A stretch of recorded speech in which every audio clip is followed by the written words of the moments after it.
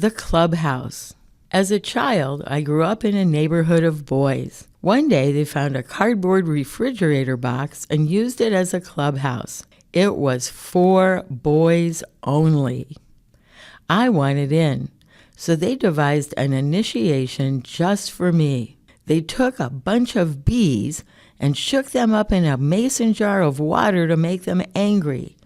Then I had to let the bees walk around on my hand until they stung me, which they did. None of the boys had to go through initiation. The next day, it rained. The box collapsed. Years later, I studied hardware engineering at IIT in Chicago. There were only 4 women in my 1980 BSEE graduating class. I had several job offers, as well as joke graduation gifts. A slide rule, of course, earmuffs for a New York offer, bolo tie for Dallas, and an Est book for California. Note here that my engineer drag is male.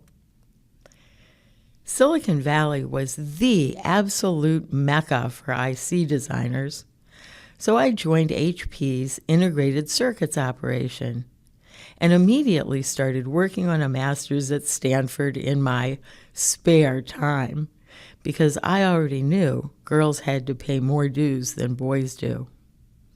The early days when EDA, electronic design automation, was in its infancy were fascinating. Over time, I moved into management and had the thrill of a few startups. Some stock options made money, some are wallpapering the guest bath.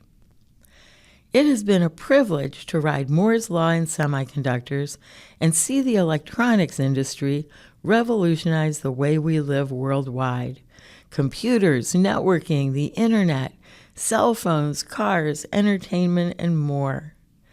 But always, there's a clubhouse of male entitlement, of sexism. Booth babes at trade shows in miniskirts and fishnets. What? Does sex really sell multi-million-dollar IC processing equipment? Subtle effects like being the only woman in every meeting, like making a presentation and having the questions posed to a male colleague, and overt sexual harassment, like when my executive VP stood in my very own office making comments about my breasts. Oddly, when I lived in Japan, setting up a sales and support office, despite the generally very gendered roles there, I was respected as the title on my meishi or business card. There is still plenty of discrimination in the tech industry, plenty of bee stings, perception, compensation, promotion, and power. But recently, these issues are getting more visibility and more action. Change will come when women have a critical mass in technology. I do wish more women and girls would consider STEM fields.